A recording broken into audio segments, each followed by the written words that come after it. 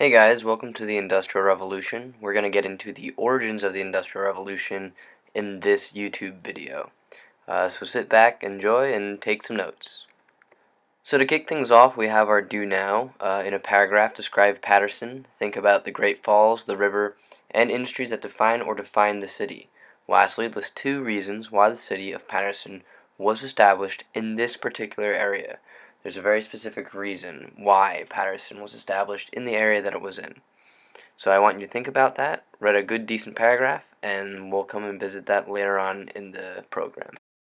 Now the origins of the Industrial Revolution, and there's this big question up here, how did people work before the Industrial Revolution? Well, they used their boom boom firepower, or they used, horses. Alright, boom boom firepower meaning they used their muscle power. That's how things were done before the Industrial Revolution primarily. Although, the 1700s brought about change in technology, and this change allowed countries like Great Britain to really start to prosper, and the Industrial Revolution really only could have happened in Great Britain. And we're going to get into that with this next slide. There were 5 main reasons why the Industrial Revolution could have only started in Great Britain. 1 was the sea power. 2, exploration and colonization. 3, political stability. 4, government support. And 5, growth of private investment. Now, all of these played a huge role in the reason why Great Britain was able to establish the Industrial Revolution. The sea power. At the time, Great Britain had the biggest navy, the largest navy. And with this, they could literally pretty much go anywhere they wanted to go. There were some areas in the world that were still off limits because of dangers, scenarios, and things like that, but the sea power allowed them to go wherever they pleased. And this leads into number 2, exploration and colonization. Because of this huge sea power, this huge presence, Great Britain could afford to go and explore. They could afford to set up colonies in other areas. And this allowed them access to a lot of raw materials, which we're going to get into in the next slide. Thirdly, political stability. In England, Great Britain, the United Kingdom, the island chain there, alright. Great Britain was pretty stable at the time, politically wise. Not a ton of crazy stuff going on. You didn't have any major warfare going on at all in the Isles, alright, England. Were there conflicts in North America? Oh, definitely, yes. Were there conflicts in other areas of their empire? Yes. But as far as the island of England is concerned, there was no major conflict going on. So political stability was very, very important. This allowed the government to kind of focus on other things. And that's going to lead us to number 4, government support.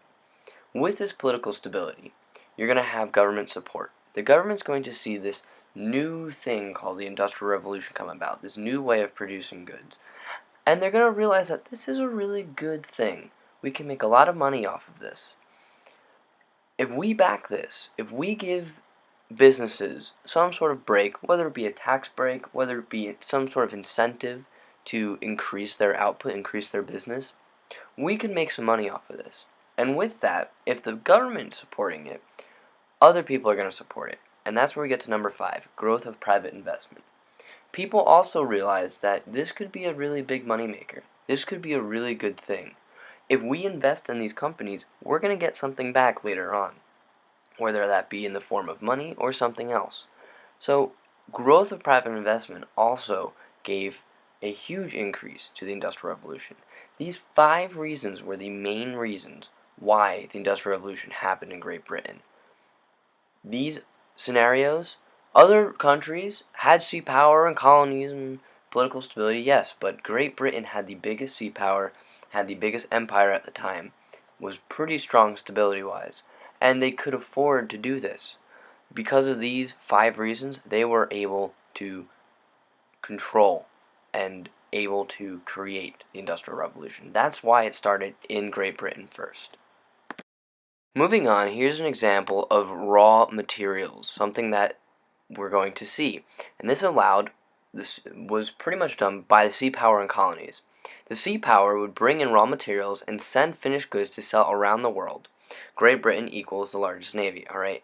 Iron ore would be part of these raw materials, and the iron ore would be sent from the colonies to Great Britain, which then Great Britain in the factories would turn it into a frying pan, which would be a finished good, or candle holders, or any other good made out of iron. And then they would sell them back to the colonies for a profit.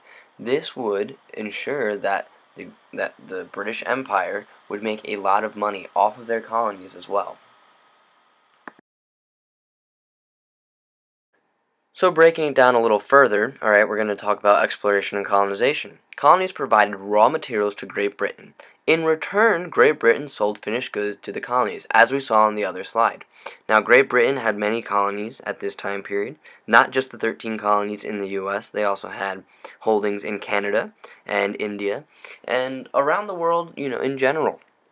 The British had a very, very huge empire that they could pull raw materials from multiple places. They would take these raw materials, and like the slide before, they would make them into a finished good, and then sell them back to the colonies. This made Britain a very, very powerful, powerful nation and empire. The thing that we're going to talk about before the exit ticket is political stability, government support, and investment. These three fit together. Alright? England at the time is peaceful. Alright? There's not, like I said before, there's not a lot going on mainland England with violence. Sure, in the colonies there's some, uprising eventually in the 13, and Native Americans and things like that, revolts and uprisings all around. But mainland England is actually very peaceful at the time. Parliament's going to help pass laws that will actually help out businesses, whether these be some sort of tax break or some form of incentive to try to get businesses to come in and to set up shop, so to speak. And with government backing, with people seeing that the government is backing this new industrial revolution, people are also going to invest money into companies. People are going to realize that this could be a great money-making opportunity for them, and they're going to put in some of their own personal wealth to try to, eventually gain something from it themselves. Now, Parliament is very smart here, and even in today's government, if the government is not backing what you're trying to do, it can be very, very, very difficult for that to come to fruition. For instance, gay marriage. If the government doesn't back it, it's going to be very difficult for it to get passed. Many, many people want to see it passed, and many don't. If the government doesn't make a standpoint and doesn't back it, it won't get passed, unfortunately. Despite a lot of protesting, that might not happen. There are plenty of other examples. For instance, medical marijuana could be another route that you could look at. People would like medical marijuana to be legalized, but as long as the government comes in and says, no, we're not going to back this drug for medical use, it's going to be very difficult for people to acquire that. Now, some states have done it themselves, and that's on the state level, not on a federal level. The federal government can still come in and take it away. That being said, I know this is kind of weird, how am I connecting this back to the Industrial Revolution, but going back to that government support, if the government is going to support a cause, things are going to get passed, things are going to get done. If a government does not show that support, it's going to be very difficult, and it's going to be an uphill battle. Alright, ladies and gents, the last thing is the exit ticket. Alright, in your opinion, identify and explain what you believe to be the most important factor contributing to Great Britain's success that we talked about. One of those 5 reasons. Remember, it was sea power, you had the exploration and colonization, you had government stability, you had private investment, alright, and you also had government support. So, out of those that we've talked about, and this is a quick overview, if you're paying attention in class you would have had a little bit more info, but this is a quick overview. Out of those 5, what do you believe was the most important? Was it sea power? Without the sea power, there's no way you can set the colonies up. Without the colonies, you can't get the raw materials. What do you think? Let me know. Write a comment. Let me know in class when you see this on YouTube. Write it down for me if you didn't hand in an exit ticket already. But let me know. I want to know in your opinion. Identify and explain what you believe to be the most important factor contributing to Great Britain's success. It's an interesting question, a little bit of a loaded question, although, personally, my opinion would probably be the sea power. If you have the sea power, you can definitely set up colonies, and those Colonies will definitely help you produce. So, the sea power is the first key to this industrial revolution. If you can have the sea power, you can go to other places and you can exploit those places for your resources.